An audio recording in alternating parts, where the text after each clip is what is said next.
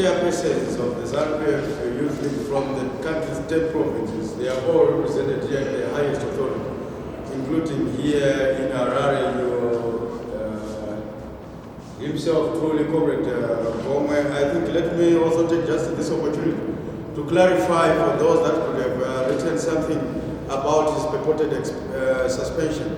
I'm sure when it happened, we were very clear with you that in as far as those reports or issues had not been escalated to the national level for decisive action, they stood as just a hearsay.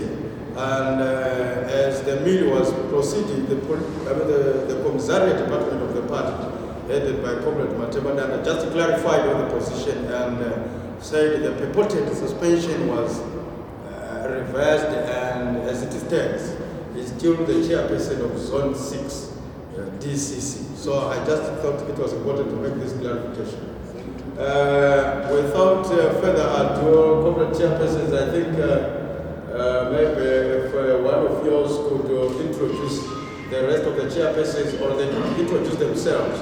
We're also doing this as to benefit our colleagues from the media who may not know by name. But certainly one thing that I can testify is that all the chairpersons are represented here from the country's 10 provinces, and that shows how important this press brief is quite very important. Once again, welcome members of the press to the home of the revolution. This is ZANU. Maybe just for Comrade Saman. My name is Mo Saman, Chairman of the province. Comrade Saman from Midlands, yes, Chairperson. I'm Comrade Tamuka from Malcontents province. I'm Sengiwenga from Marsh West province. That's Luis Farado, Mashama Central province. Yo, Mr. Marsh East province. The plan was the extent of it. Comrade Brian Chairman, Mashama province. From Washington, Matsar province. Of Bulan Pofu, representing Bulawai province from as chairman. Godwin Sibarasha Gome, Harare province. Tawado from Malcontents province. So, except with the exception of Comrade Mahaj, who is the Deputy Secretary for External Relations in the National Youth League Executive and the Central Committee member, all of them are also Central Committee members. I would not want to waste much of your time because today's day is yours, Comrade Acting Deputy Secretary of the Youth League to the Political Comrade Electoral. Over to you, comrades, for the press briefing.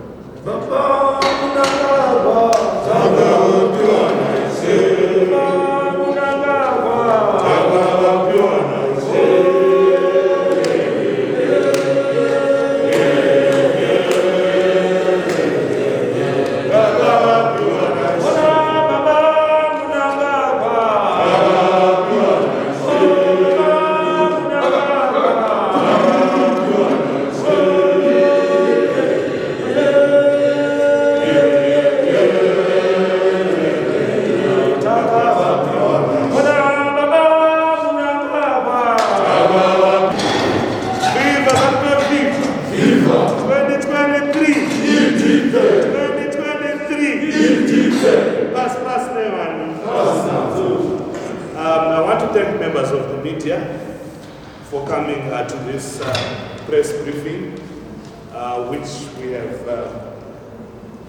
all the provincial youth chairpersons present. We also want to thank the Director, Comrade Ngwadi, for introducing the team to the media. The statement that we are going to say here is the statements which the views of the young people within ZANU-PF, what they feel of what is happening, especially the systematic attack on the president and the first family by different quarters. Some people were former ZANU-PF members and also some that were former government workers. So we are looking at in the holistic approach, we are looking at all these issues as one. I'll read some of the things, some of the key issues. The ZANU-PF Youth League notes with abject consternation mischievous discourse being peddled on the social media by misguided elements in their quest to incite innocent, peace-loving nationals to cause anarchy within our motherland. Whilst the Youth League acknowledges and appreciates the rights to freedom of expression entitled to the Zimbabwean populace, the League will never stand akimbo whilst the name of the party, its leadership, and including the First Family are being brought into disrepute. A right ceases to be a right once it starts to be used as a weapon to infringe upon other people's rights. As such, the Youth League wishes to send a stern warning to all these unscrupulous members abusing the social media to quench their thirst for mischief that the end to their shenanigans is nigh. It is very disturbing to read about baseless and misdirected accusations by a retired Commissioner General of the Zimbabwe Republic Police, Augustine Chihuri, against His Excellency the President and the Commander-in-Chief of the Defense Forces. What is worrying to us is that Chihuri is facing a number of crimes that should answer within the court of law, but he is hiding some. And as a Youth League, we are actually calling that he should come and face the law than to say unfounded things that attack the leadership of this country.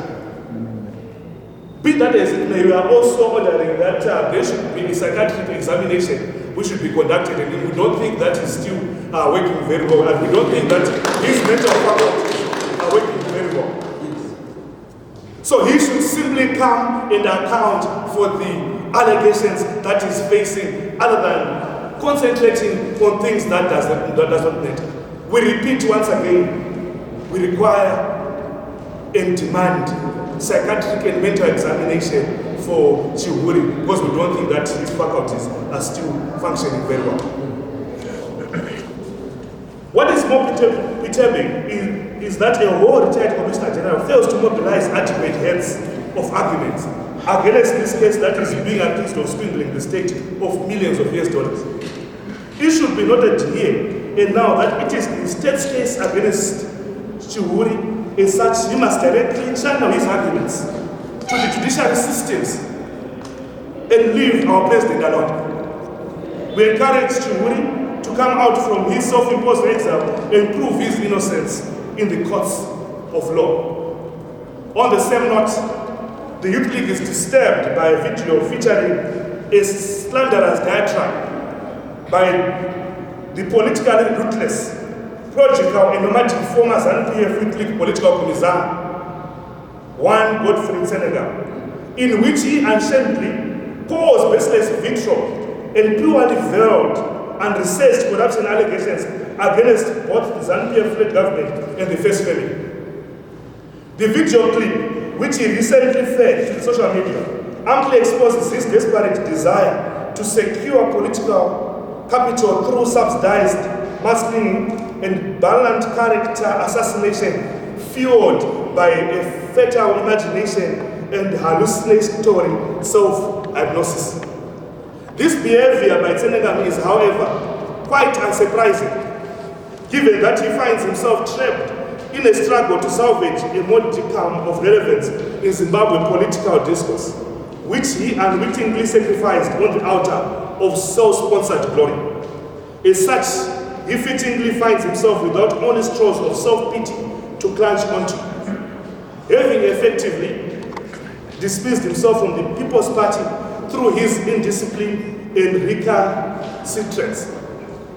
We are also cognizant of Mr. Senegal's other source of bitterness, the progressive emasculation of self-exiled cronies in the G40 cabal, who had congregated into a criminal clique preying on the protective basis of the late former President Arajimunga, and whose festering culture of impunity was causing untold suffering to the citizenry, especially in National Central Province, whose threatened interest he predictably makes so much noise around. We also seriously deplore his unwarranted profiling of the children of Comrade Araji Mugabe, which he repeatedly attempts to use as a counterpoint to support his fictional criminal thesis against the family of President Emerson Mnangagwa.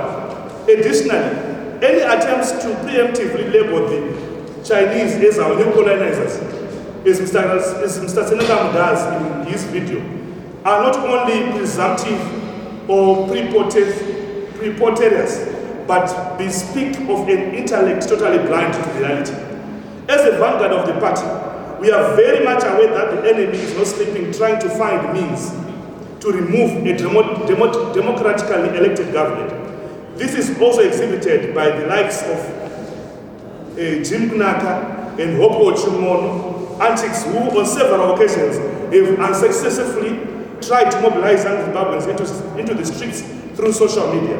We strongly caution these two to desist from encouraging our innocent young population from engaging into such dangerous games as they are retrogressive to national development. For the record, ZANU-PF Youth League, while remaining one of the foremost agitators against corruption of any form in Zimbabwean society, still fully and unapologetically acknowledges that the ultimate objective of national anti-corruption drive is sufficiently and correctly reposed in the able ambit of the Republic through its specialized law enforcement agencies. It is our considered view that no amount of disrespectful name-calling and malicious verbiage by these non-entities will in the slightest instance derail the nation's inexorable progress towards attaining His Excellency President Mnangagwa's Vision 2030, whose defining thrust of productivity, innovation, engagement, and re-engagement continues to bear tangible fruits. We view these misguided and informed attacks on the national establishment, characterized as it is by flagrant mutilation of facts, as being delusional and undiplomatic diversionary antics, and therefore condemn them in the strongest terms. ZANU-PF's legacy stays, and we will continue to make sure that we continue supporting the leadership in its quest to develop this country. A clear vision has been put forward, Vision 2030, to ensure that Zimbabwe becomes a medium income economy by 2030. We are aware of people and elements that do not want to see this vision becoming a reality, and they are trying to use all antics in their vocabulary to derail this progress. But they might try to delay the revolution, but they'll never stop it. Because President Mnangagwa has support of the people, is a mandate, and is setting the right foundation for this country. President Emerson Mnangagwa mentioned during the burial of the late national hero Comrade Ndlela, he mentioned it clearly that we've got wolves in sheep clothing. We are aware of those people who are trying to act to be ZANU-PF, yet during the night they are doing their things. As the Youth League, we are not going to stand akimbo. We are going to make sure that we stand and make sure that the vision that President Mnangagwa has placed for this country is implemented to the letter. And anyone, the likes of Chiwuri, the remnants of the G40 cabal, anyone who are trying to whatever they're trying to do, we are aware of also the things that they've done. It's only a matter of time that we expose what they do. We know their agenda. We know they are being sponsored by members of the fallen G40 cabal who are staying in different parts of the country. So what we are saying is ZANU-PF youth, and we are also encouraging the youth of Zimbabwe to support the vision of President Mnangagwa to continue. Yes, we are against corruption in its totality, but corruption is not dealt with only through social media. Corruption, you've got to put it through the requisite channels, not to just parrot and bark about corruption that you've got no iota of evidence over. I think this marks the end of our press statement, but if there are any questions or clarifications, we are here to be able to answer to your issues. Thank you, members of the press. The floor has been opened for questions from colleagues from the National Youth League. So, any questions from anybody? Yes, we'll start with our usual colleague. Thank you very much. Blessed Mhlanga from Newsday and Heart and Soul TV and radio. Comrade Chirau, you went into an issue that is before the court. You made a statement over a court affidavit that has been put forward by Comrade Chiwuri. Don't you think that you are unduly getting involved in matters that are before the court? And secondly, you said that you are aware of people who are ZANU-PF during the day and do other things at night. Would you favor us with naming those people? Okay. Another question? Any other question? That means if there are no any other questions, that means this will be taken as the first and last question. So when I say any other question, I'm giving the opportunity. Round once more for once. Silence means the obvious. Comrade Shaw. And colleagues from the youth league, the question has been placed on your table by. Okay, thank you very much, Blessed. When an accusation of corruption is publicized within the press, it is the right of citizens to be able to comment on that issue and also to require finality on that certain matter. So we are not really responding to the court issue. We are responding to the allegations of corruption as raised within the media and saying that the law must follow its course and those people, anyone who is facing corruption must come and face the full wrath of the law. But we are not getting into the legal nitty-gritties of the issue. But we are just commenting as it was displayed in the media. Secondly, the issue that you have raised, the issue of the people that are being ZANU-PF during the day and in the evening.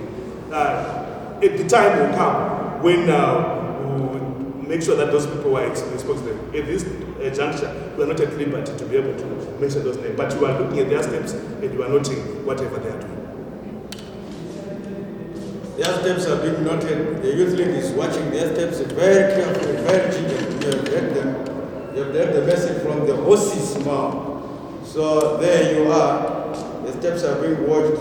And I'm sure they have clarified themselves. The question they have responded to Chiwuri is that you must just answer corruption allegations as raised by the institutions thereof, rather than to start with this stupid game of mudslinging and name calling and name touting involving liberationist followers, to which he potentially may not claim the same pedigree. Without too much explanation, colleagues from the youth league have spoken themselves. Quite very rarely to see them at once on an occasion like this. It's a clear testament that they are very clear about where the country is going. They are ready to defend the president. They have just given you 10% so far. Those whose steps are watched will receive the remainder. That is the 90%. Thank you very much for coming to raise this occasion. Thank you.